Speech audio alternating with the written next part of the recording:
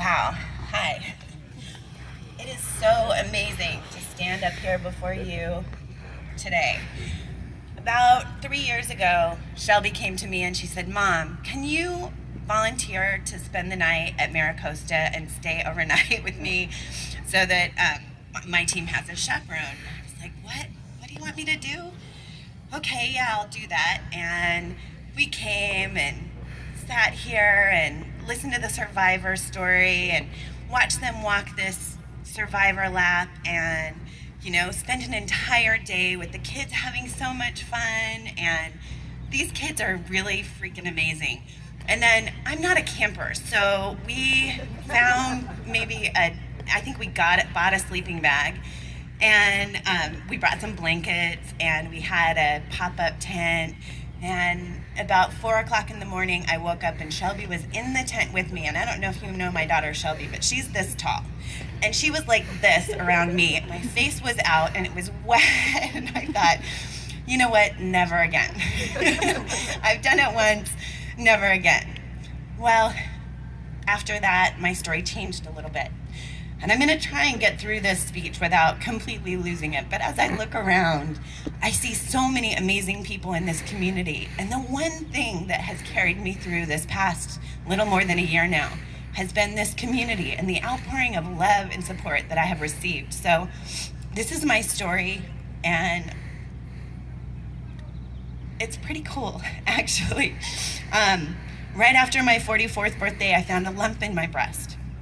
It was small, about the size of a BB. My breast and my underarm had been bothering me in yoga postures. And I had expressed to my students, something just didn't feel right. So I finally was doing an exam one night, and I just felt like this was not good. And I made an appointment with the doctor. She couldn't feel the lump, but she made an appointment for me for a diagnostic mammogram. And when I went for that diagnostic mammogram, they had a hard time finding it, but on ultrasound, I was watching the ultrasound machine and I saw some black spots, and I knew that probably wasn't a good idea to have black spots in there. And I remember asking the woman, because it would take some time, they did a biopsy to return, to give me the news of what it was. Did I have cancer, didn't I? And the woman said, prepare yourself for the idea you might have breast cancer. I was like, oh, how do you prepare yourself for that? How do you look at your children? How do you continue your day not knowing whether or not you have breast cancer? And what does that mean? So my mind was working a mile a minute, knowing my paternal grandmother had passed away at 45 from breast cancer. I was scared, and yet, even going through that diagnostic testing, I just had this feeling. I knew it. I knew this was going to be my path. So when my husband and I returned to the breast cancer center for diagnosis, I noticed flowers outside of this place, and they were beautiful.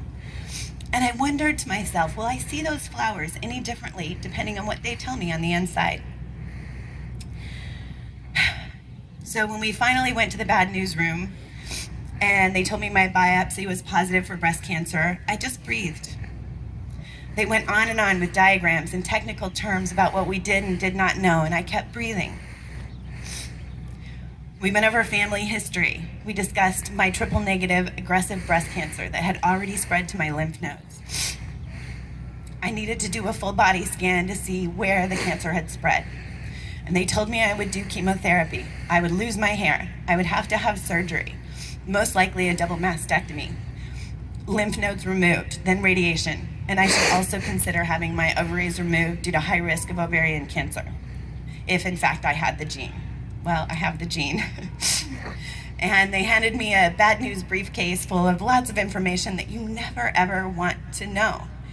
And I left. And I looked at the flowers and I said, you know what, they're still beautiful. And I got in the car and I started making the phone calls. You never want to call your friends and your family and tell them you have cancer. It really sucks. And I got home after making all of these calls, and I laid on the couch and I just kind of curled up in a ball and I cried. And then the most amazing thing happened.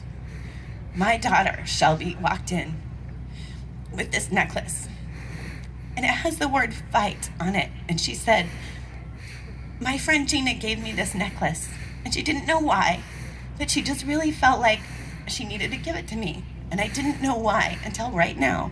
Mom, it's for you. You're gonna fight, and we're gonna win. And that changed everything. All of a sudden, I was no longer a victim. I was a fighter. My daughter reminded me who I really am. And we sat and we talked. I didn't want to call another person and tell them what my aunt told me, which was not I have cancer, but I am fighting cancer. And so we made the decision to share this status on social media.